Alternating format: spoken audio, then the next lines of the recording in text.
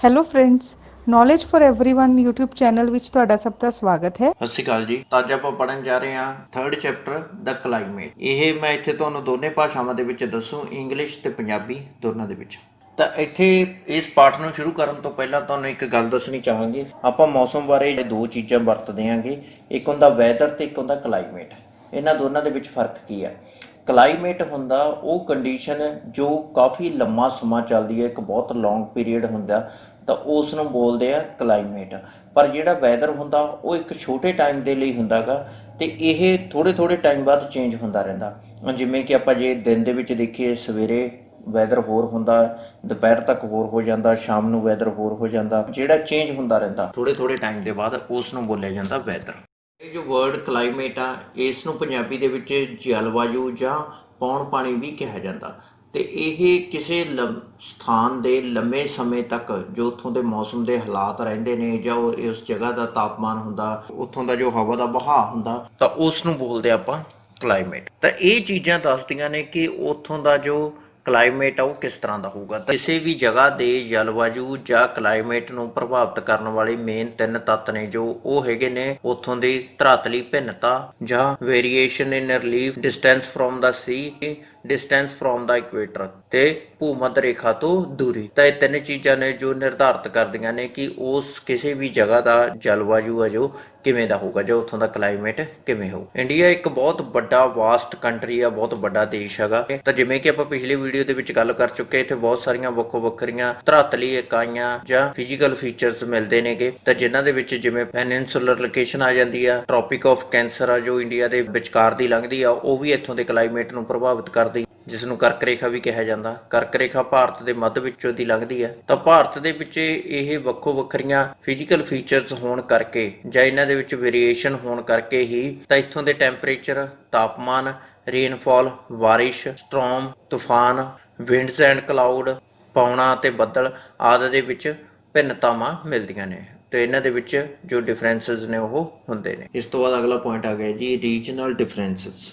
ਪੰਜਾਬੀ ਦੇ ਵਿੱਚ ਇਹਨੂੰ ਕਿਹਾ ਜਾਂਦਾ ਖੇਤਰੀ ਭਿੰਨਤਾਵਾਂ। ਤਾਂ ਜਿਵੇਂ ਕਿ ਆਪਾਂ ਪਹਿਲਾਂ ਵੀ ਪੜ੍ਹਿਆ ਕਿ ਭਾਰਤ ਇੱਕ ਬਹੁਤ ਵਿਸ਼ਾਲ ਦੇਸ਼ ਆ, ਤਾਂ ਇਸ ਕਰਕੇ ਇੱਥੇ ਖੇਤਰੀ ਭਿੰਨਤਾਵਾਂ ਵੀ ਬਹੁਤ ਸਾਰੀਆਂ ਪਾਈਆਂ ਜਾਂਦੀਆਂ। ਤਾਂ ਜੇਕਰ ਆਪਾਂ ਇੱਥੇ ਪਹਿਲੇ ਪੁਆਇੰਟ ਦੇ ਵਿੱਚ ਤਾਪਮਾਨ ਤੋਂ ਸ਼ੁਰੂ ਕਰੀਏ, ਤਾਂ ਜਿਵੇਂ ਹਿਮਾਲਿਆ ਪਰਬਤ ਦੇ ਵਿੱਚ ਕਾਰਗਿਲ ਦੇ ਨੇੜੇ ਦਰਾਸ ਨਾਮ ਦੀ ਇੱਕ ਜਗ੍ਹਾ, ਜਿੱਥੇ ਤਾਪਮਾਨ -45 ਡਿਗਰੀ ਤੱਕ ਚਲਾ ਜਾਂਦਾ, ਜਾਂ ਉਸ ਤੋਂ ਵੀ ਨੀਚੇ ਚਲਾ ਜਾਂਦਾ। ਤੇ ਜਦੋਂ ਬਿਲਕੁਲ ਉਸੇ ਸੇਮ ਟਾਈਮ ਤੇ ਆਪਾਂ ਤਾਮਿਲਨਾਡੂ ਜਾਂ ਚੇਨਈ ਦੇ ਵਿੱਚ ਦੇਖਦੇ ਹਾਂ, ਤਾਂ ਉਸ ਟਾਈਮ ਤੇ ਉੱਥੇ ਜੋ ਤਾਪਮਾਨ ਹੁੰਦਾ ਉਹ 20 ਡਿਗਰੀ ਸੈਲਸੀਅਸ ਹੁੰਦਾ। ਤਾਂ ਇਹਦਾ ਮਤਲਬ ਭਾਰਤ ਦੇ ਵਿੱਚ ਬਹੁਤ ਸਾਰੀ ਭਿੰਨਤਾ, ਕਿਉਂਕਿ ਇੱਕ ਜਗ੍ਹਾ ਜੇ -45 ਡਿਗਰੀ ਤਾਪਮਾਨ, ਤੇ ਉਸੇ ਦੇਸ਼ ਦੇ ਵਿੱਚ ਦੂਸਰੀ ਜਗ੍ਹਾ ਤੇ ਤਾਪਮਾਨ ਆ ਜੋ 20 ਡਿਗਰੀ ਸੈਲਸੀਅਸ ਆ, ਤਾਂ ਇਹ ਬਹੁਤ ਵੱਡਾ ਡਿਫਰੈਂਸ ਆ। ਤਾਂ ਇਸੇ ਤਰ੍ਹਾਂ ਗਰਮੀਆਂ ਦੇ ਵਿੱਚ ਅਰਾਵਲੀ ਪਰਬਤ ਦੇ ਵਿੱਚ ਜੈਸਲਮੇਰ, ਜੋ ਕਿ ਰਾਜਸਥਾਨ ਦੇ ਵਿੱਚ ਆ, ਜੈਸਲਮੇਰ ਦੇ ਕੋਲ ਤਾਪਮਾਨ 50 ਡਿਗਰੀ ਸੈਲਸੀਅਸ ਤੋਂ ਵੀ ਉੱਪਰ ਚਲਾ ਜਾਂਦਾ, ਮਤਲਬ 50 ਡਿਗਰੀ ਸੈਲਸੀਅਸ ਨੂੰ ਵੀ ਪਾਰ ਕਰ ਜਾਂਦਾ। ਤੇ ਜਦੋਂ ਕਿ ਉਸੇ ਟਾਈਮ ਤੇ ਜੇਕਰ ਆਪਾਂ ਸ਼੍ਰੀਨਗਰ ਜਾਂ ਜੰਮੂ ਕਸ਼ਮੀਰ ਦੇ ਵਿੱਚ ਦੇਖਦੇ ਹਾਂ, ਤਾਂ ਉੱਥੇ ਜੋ ਤਾਪਮਾਨ ਹੁੰਦਾ ਉਹ 20 ਡਿਗਰੀ ਸੈਲਸੀਅਸ ਜਾਂ ਇਸ ਤੋਂ ਵੀ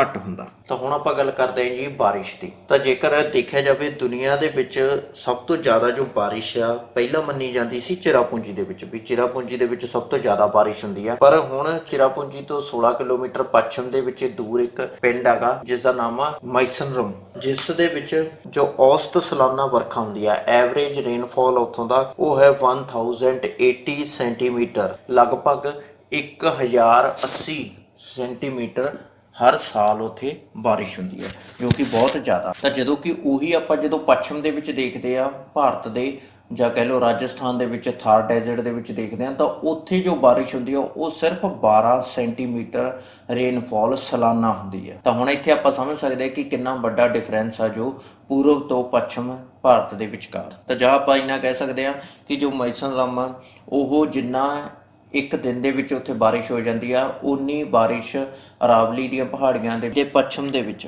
8 ਸਾਲਾਂ ਦੇ ਵਿੱਚ ਹੁੰਦੀ ਆ। ਤੀਸਰੇ ਪੁਆਇੰਟ ਦੀ ਗੱਲ ਕਰਦੇ ਹਾਂ, ਤਾਂ ਇੱਥੇ ਆਪਾਂ ਗੱਲ ਕਰਦੇ ਹਾਂ ਕਲਾਊਡਸ ਦੀ ਜਾਂ ਬੱਦਲਾਂ ਦੀ। ਤਾਂ ਜੇਕਰ ਆਪਾਂ ਜੈਸਲਮੇਰ ਰਾਜਸਥਾਨ ਦੇ ਵਿੱਚ ਦੇਖਦੇ ਹਾਂ, ਤਾਂ ਇੱਥੇ ਬੱਦਲ ਬਿਲਕੁਲ ਨਹੀਂ ਦਿਖਾਈ ਦਿੰਦੇ, ਬਿਲਕੁਲ ਸਾਫ਼ ਅਸਮਾਨ ਦਿਖਾਈ ਦਿੰਦਾ। ਤੇ ਜੇਕਰ ਉਹੀ ਆਪਾਂ ਮੇਘਾਲਿਆ ਦੀ ਗੱਲ ਕਰੀਏ, ਤਾਂ ਮੇਘਾਲਿਆ ਦੇ ਵਿੱਚ ਸਾਰਾ ਸਾਲ ਜੋ ਆਕਾਸ਼ ਆ ਉਹ ਬੱਦਲਾਂ ਦੇ ਨਾਲ ਘਿਰਿਆ ਰਹਿੰਦਾ।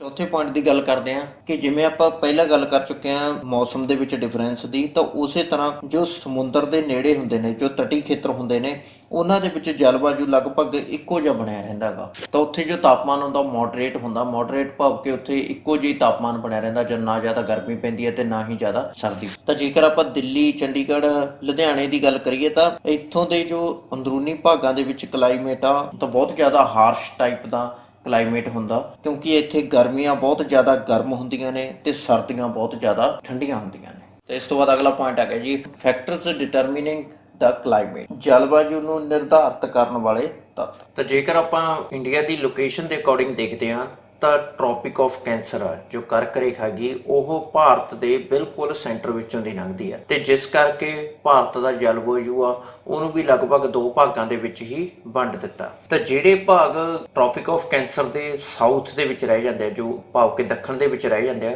ਕਰਕ ਰੇਖਾ ਦੇ, ਤੇ ਉਹ ਭਾਗ ਨੇ ਜੋ ਉਹ ਭੂ-ਮੱਧ ਰੇਖਾ ਦੇ ਜ਼ਿਆਦਾ ਨੇੜੇ ਚਲੇ ਜਾਂਦੇ ਨੇ ਜਾਂ ਇਕੁਏਟਰ ਦੇ ਜ਼ਿਆਦਾ ਨੇੜੇ ਚਲੇ ਜਾਂਦੇ ਨੇ, ਜਿਸ ਕਰਕੇ ਉੱਥੇ ਜੋ ਟੈਂਪਰੇਚਰ ਆ ਉਹ ਜ਼ਿਆਦਾ ਹਾਈ ਰਹਿੰਦਾ ਤੇ ਉੱਥੇ ਕੋਈ ਵੀ ਸਰਦੀ ਦਾ ਮੌਸਮ ਨਹੀਂ ਆਉਂਦਾ।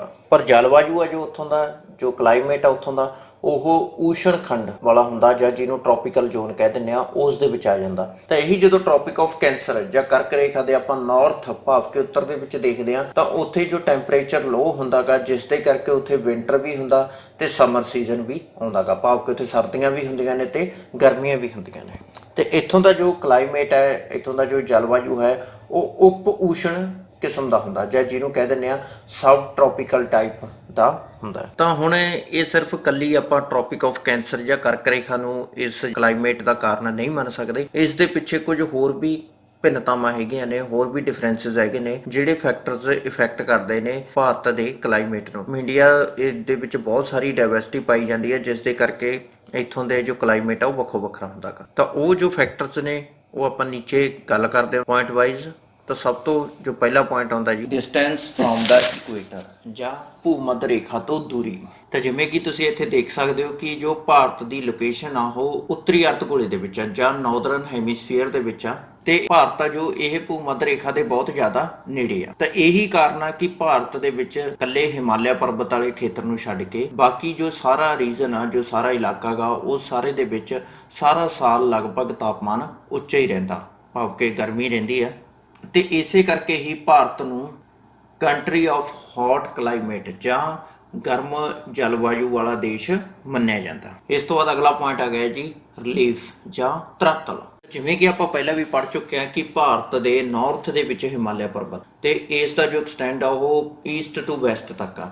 ਤਾਂ ਇਸ ਹਿਮਾਲਿਆ ਪਰਬਤ ਨੇ ਭਾਰਤ ਦੀ ਜਲਵਾਯੂ ਦੇ ਉੱਤੇ ਬਹੁਤ ਜ਼ਿਆਦਾ ਡੂੰਘਾ ਪ੍ਰਭਾਵ ਪਾਇਆ ਗਾ। ਜੇਕਰ ਹੁਣ ਆਪਾਂ ਇਹਨਾਂ ਦੇ ਫਾਇਦਿਆਂ ਦੀ ਗੱਲ ਕਰੀਏ ਤਾਂ ਜਿਵੇਂ ਕਿ ਸੈਂਟਰਲ ਏਸ਼ੀਆ ਤੋਂ ਜੋ ਬਰਫੀਲੀਆਂ ਤੇ ਸ਼ੀਤ ਲਹਿਰਾਂ ਹੁੰਦੀਆਂ ਨੇ ਉਹਨਾਂ ਤੋਂ ਬਚਾਉਂਦਾ, ਕਿਉਂਕਿ ਇਹ ਉਹਨਾਂ ਨੂੰ ਰੋਕ ਲੈਂਦਾ ਗਾ। ਤੇ ਇਸੇ ਕਰਕੇ ਹੀ ਜੋ ਪਲੇਨ ਏਰੀਆ ਗਾ, ਜੋ ਪਲੇਨਸ ਨੇਗੇ ਜਾਂ ਕਹਿ ਲਓ ਜੋ ਮੈਦਾਨੀ ਭਾਗ ਆ, ਉਹਨਾਂ ਦੇ ਵਿੱਚ ਜੋ ਟੈਂਪਰੇਚਰ ਆ ਉਹ ਬਿਲਕੁਲ ਫਰੀਜ਼ਿੰਗ ਪੁਆਇੰਟ ਤੇ ਨਹੀਂ ਜਾਂਦਾ ਤਾਂ ਸਰਦੀਆਂ ਦੇ ਵਿੱਚ। ਤੇ ਜੇਕਰ ਇਹ ਹਿਮਾਲਿਆ ਪਰਬਤ ਨਾ ਹੁੰਦਾ ਤਾਂ ਕੀ ਹੋਣਾ ਸੀ, ਸੈਂਟਰਲ ਏਸ਼ੀਆ ਤੋਂ ਆਉਣ ਵਾਲੀਆਂ ਬਰਫੀਲੀਆਂ ਸ਼ੀਤ ਲਹਿਰਾਂ ਨੇ ਜਾਂ ਹਵਾਵਾਂ ਨੇ ਜੋ ਸਰਦੀਆਂ ਦੇ ਵਿੱਚ ਮੈਦਾਨਾਂ ਦੇ ਵਿੱਚ ਵੀ ਬਰਫ਼ ਜਮਾ ਦਿਆ ਕਰਨੀ ਸੀ। ਤੇ ਇਸ ਤੋਂ ਇਲਾਵਾ ਇਸ ਦਾ ਦੂਸਰਾ ਫਾਇਦਾ ਇਹ ਹੈਗਾ ਕਿ ਇਹ ਪਰਬਤ ਆ ਜੋ ਬਹੁਤ ਜ਼ਿਆਦਾ ਉੱਚਾ ਜਾਂ ਕਹਿ ਲਓ ਇਸ ਜੋ ਇਹ ਰੇਂਜ ਆ, ਹਿਮਾਲਿਅਨ ਰੇਂਜ ਆ, ਇਹ ਬਹੁਤ ਜ਼ਿਆਦਾ ਉੱਚੀ ਆ।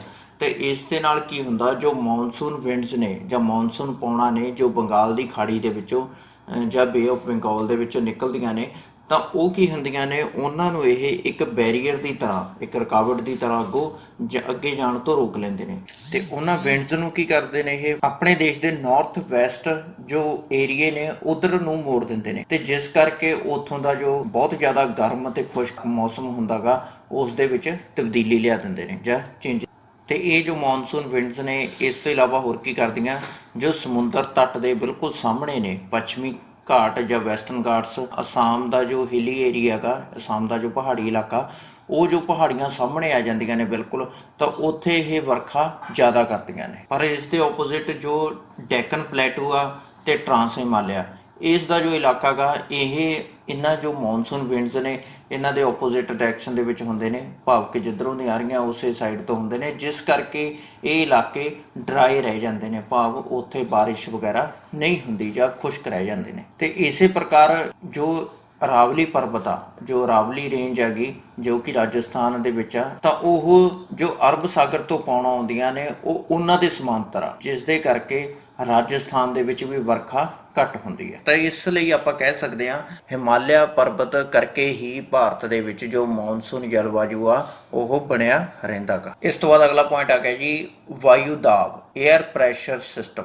ਤਾਂ ਜਿਵੇਂ ਹੀ ਔਨਸੈਟ ਆਫ ਦਾ ਸਮਰ ਸੀਜ਼ਨ, ਜਿਵੇਂ ਹੀ ਸਮਰ ਸੀਜ਼ਨ ਸ਼ੁਰੂ ਹੁੰਦਾ ਜਾਂ ਗਰਮੀਆਂ ਦੀ ਰੁੱਤ ਸ਼ੁਰੂ ਹੁੰਦੀ ਆ, ਤਾਂ ਸੂਰਜ ਦੀਆਂ ਕਿਰਨਾਂ ਸਿੱਧੀਆਂ ਕਰਕ ਰੇਖਾ ਦੇ ਉੱਤੇ ਪੈਣੀਆਂ ਸ਼ੁਰੂ ਹੋ ਜਾਂਦੀਆਂ ਜਾਂ ਉੱਤਰੀ ਅਰਧ ਗੋਲੇ ਦੇ ਵਿੱਚ ਵਧਣੀਆਂ ਸ਼ੁਰੂ ਹੋ ਜਾਂਦੀਆਂ ਨੇ। ਤਾਂ ਜਿਸ ਦੇ ਰਿਜ਼ਲਟ ਵਜੋਂ ਜੋ ਨਾਰਦਰਨ ਹੈਮੀਸਫੀਅਰ ਆ ਉਸ ਦੇ ਵਿੱਚ ਗਰਮੀ ਹੋਣੀ ਸ਼ੁਰੂ ਹੋ ਜਾਂਦੀ ਹੈ, ਤੇ ਉਸੇ ਕਰਕੇ ਹੀ ਇੰਡੀਆ ਦੇ ਨਾਰਥ ਪਾਰਟ ਦੇ ਵਿੱਚ ਵੀ ਗਰਮੀ ਵਧਣੀ ਸ਼ੁਰੂ ਹੋ ਜਾਂਦੀ ਹੈ। ਟੈਂਪਰੇਚਰ ਦੇ ਇਨਕਰੀਜ਼ ਹੋਣ ਦੇ ਨਾਲ ਜੋ ਲੋ ਪ੍ਰੈਸ਼ਰ ਦੇ ਸੈਂਟਰ ਨੇ ਉਹ ਬਣਨੇ ਸ਼ੁਰੂ ਹੋ ਜਾਂਦੇ ਨੇ, ਤੇ ਉਹ ਬਣਨੇ ਸ਼ੁਰੂ ਹੁੰਦੇ ਨੇ ਨਾਰਥ ਇੰਡੀਅਨ ਗ੍ਰੇਟ ਪਲੇਨਸ ਦੇ ਵਿੱਚ, ਭਾਰਤ ਦੇ ਉੱਤਰੀ ਮੈਦਾਨਾਂ ਦੇ ਵਿੱਚ, ਤੇ ਜਿਨ੍ਹਾਂ ਨੂੰ ਕਿਹਾ ਜਾਂਦਾ inter tropical convergence zone ITCZ, ਤੇ ਇਹਨਾਂ ਨੂੰ ਪੰਜਾਬੀ ਦੇ ਵਿੱਚ ਕਿਹਾ ਜਾਂਦਾ ਅੰਤਰ ਊਸ਼ਣ ਸੁਮੇਲ ਖੇਤਰ। ਤੇ ਸਰਦੀਆਂ ਦੇ ਵਿੱਚ ਇਹ ਜੋ ਪ੍ਰੈਸ਼ਰ ਹੁੰਦਾ ਇਹ ਲੋ ਪ੍ਰੈਸ਼ਰ ਤੋਂ ਹਾਈ ਪ੍ਰੈਸ਼ਰ ਵੱਲ ਹੋਣਾ ਸ਼ੁਰੂ ਹੋ ਜਾਂਦਾ ਵਿੰਟਰ ਦੇ ਵਿੱਚ, ਤੇ ਜਿਸ ਦੇ ਕਰਕੇ ਇਹ ਏਰੀਆ ਜੋ ਇਹ ਕਨਵਰਟ ਹੋ ਜਾਂਦਾਗਾ ਹਾਈ ਪ੍ਰੈਸ਼ਰ ਜ਼ੋਨ ਦੇ ਵਿੱਚ, ਤੇ ਬਹੁਤ ਜ਼ਿਆਦਾ ਠੰਡ ਹੋਣ ਕਰਕੇ ਜੋ ਲੋ ਪ੍ਰੈਸ਼ਰ ਵਾਲਾ ਏਰੀਆ ਗਾ ਉਹ ਚਲਾ ਜਾਂਦਾ ਇੰਡੀਅਨ ਓਸ਼ਨ ਵੱਲ, ਭਾਵ ਕਿ ਘੱਟ ਦਾਬ ਹਿੰਦ ਮਹਾਸਾਗਰ ਤੇ ਹੁੰਦਾ। ਇਸ ਤੋਂ ਬਾਅਦ ਗੱਲ ਕਰਦੇ ਹਾਂ ਜੀ ਸੀਜ਼ਨਲ ਵਿੰਡਸ ਜਾਂ ਮੌਸਮੀ ਪੌਣਾ।